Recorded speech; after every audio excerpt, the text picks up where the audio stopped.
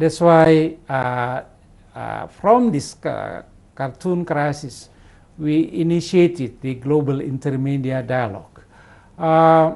Through this forum, the media practitioners from 5 different continents met here in Bali for the first time, and they discussed, is it here question of freedom of expression, or that the exercise of that freedom, there was a lack of sensitivity on the part of other cultures, civilizations, and religions.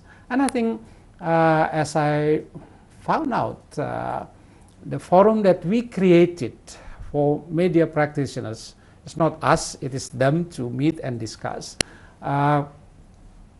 They know that they have to do something, and that's why they asked that the government of Indonesia and the government of Norway to continue this process. And even on certain recommendations, they asked the governments to facilitate the exchange of media practitioners. Indonesia has temporarily banned the popular YouTube website to block access to the Dutch lawmaker's film entitled Fitna, and which is perceived as anti-Islamic.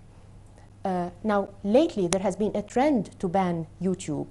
France, China, Thailand, Turkey, and Pakistan, for instance, did ban YouTube at one point. Do you think that this would be the right measure to deal with such problems? Well, the ban was as an expression of our protest in a way, our concerns on the use of YouTube to spread the film Fitna.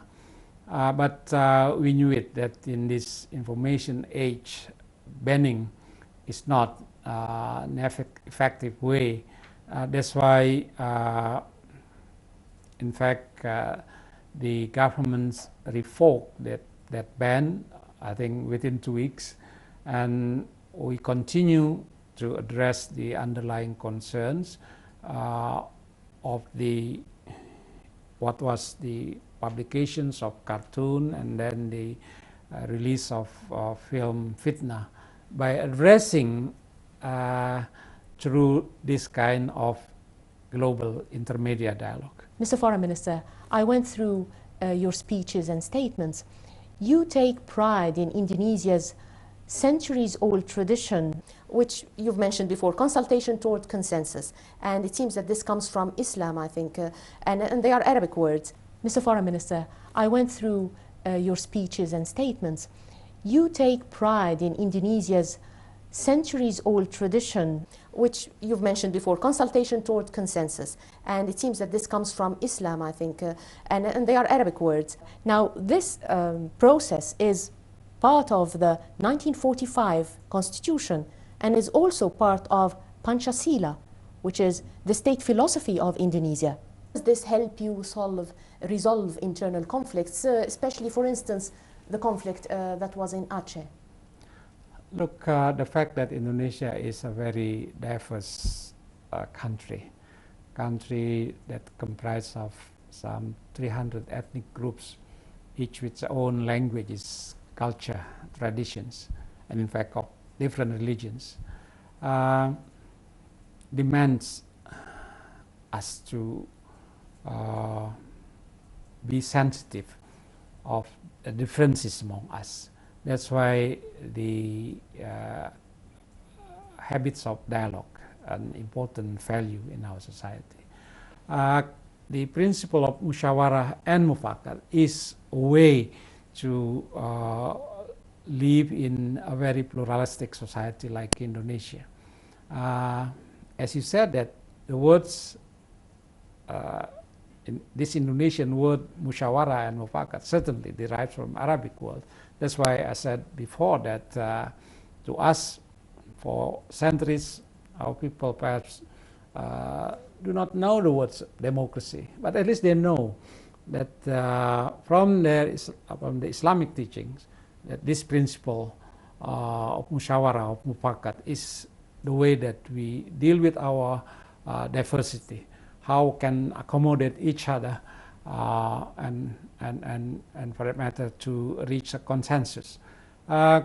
This is the basis of our democracy, and we are proud that though in the more modern environments, extensive deliberations to reach consensus sometimes quite difficult. That's why our constitution now open the way to make decision by voting, but still consensus-based decision is very much valued here. That's why now in dealing with the global problems, threats of clash of civilizations, greater misunderstanding between civilization and culture and religions, we see our habits of dialogues as an asset. That's why our initiative, for example, on Asia Pacific regional